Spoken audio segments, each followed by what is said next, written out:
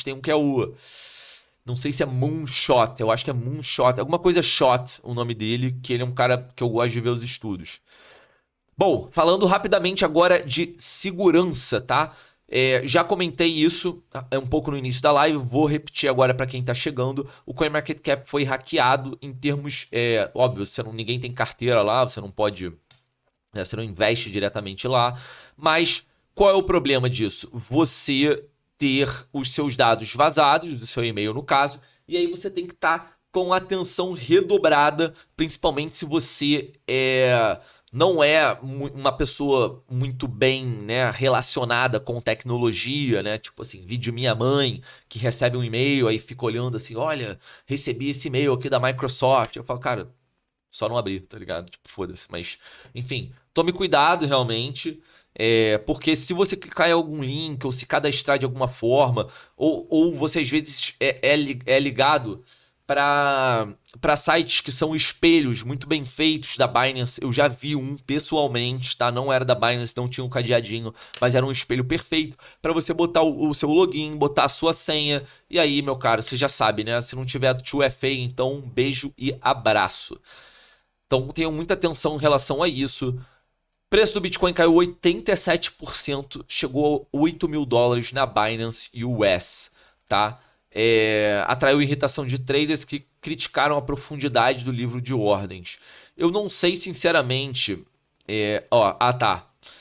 Foi esse o ponto, ó. Apenas se você estivesse negociando na versão dedicada ao mercado americano da Binance. Tá, tudo bem, isso eu sei, mas eu queria ver se foi, ó...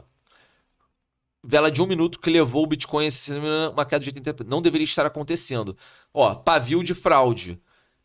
Sendo muito sincero, cara, eu falei isso aqui no início. Eu acho que foi um erro da Binance, tá? Ó, não passou despercebido pelos participantes do mercado, blá blá blá. Beleza. Mas ainda assim, eu não sei se alguém teve, né, ordem executada. Ó, não é justo que algumas pessoas sejam estopadas e permanências sejam preenchidas, outras não. Então, realmente foi uma instabilidade, tá? Aparentemente algumas pessoas foram estopadas, então de certa forma podem ter sim alguns felizardos que compraram, né, a preços de banana o Bitcoin. Não vi ninguém falando abertamente, né, algum tweet em relação a isso. Mas eu também acredito que, né, a Binance, pela reputação, pelo Trust Score e tal, se alguém entrar em contato e foi prejudicado em relação a isso, imagino que seja ressarcido, tá? Não é nenhuma informação oficial, mas é apenas a minha experiência. E, cara, o Bitcoin não bateu $8.000, né? Isso realmente foi algum problema na plataforma. Mas é aquilo que a gente diz, né? Not your wallet, not your bitcoins. Tenham muito cuidado com corretoras centralizadas, tendo Trust Score 10, 11, 9, não interessa. E por isso mesmo que eu trouxe essa notícia antiga, na verdade extremamente recente, mas de pessoas que investiam na Mt. Gox. Era, na época, provavelmente a exchange de maior reputação, junto com a Bitfinex, que também é das antigas. Mas, por exemplo, eu já soube... A Mt. Gox, o caso é famoso, se você não soube, basta pesquisar no Google. Mas teve 600 mil bitcoins desviadas durante 2 anos, só perceberam isso 2 anos depois, quando viram o rombo já era enorme. E aí tem pessoas hoje tentando receber, né, os seus saldos. Enfim, não tiveram sucesso até então. Um ou outro conseguiu receber, que foi mais ágil e tal, porções menores, mas boa parte dessas pessoas não receberam seu dinheiro de volta. Então vocês têm que ter literalmente noção dos riscos, tá? Independente de ser uma boa corretora, de ter suporte ou não. No caso da Bitfinex, já teve um amigo meu, não vou falar o nome para preservação do indivíduo, obviamente, mas que teve os bitcoins hackeados. Na verdade, os hackers tiveram acesso à identidade dele, mandaram um e-mail pedindo saque. A Bitfinex, tipo, na verdade, mandaram um e-mail pedindo para desabilitar o 2FA, né? Aí eles pediram uma identidade, foi uma coisa meio vaga. Mandaram, conseguiram a identidade dele por algum banco de dados roubado assim na internet, enfim.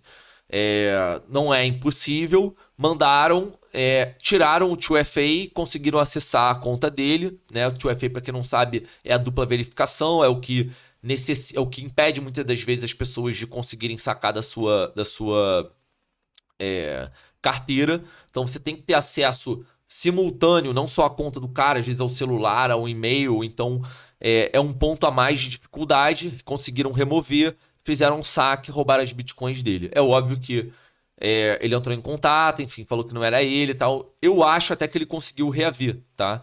Foi ressarcido. Mas poderia não ter sido. Obviamente é uma dor de cabeça enorme.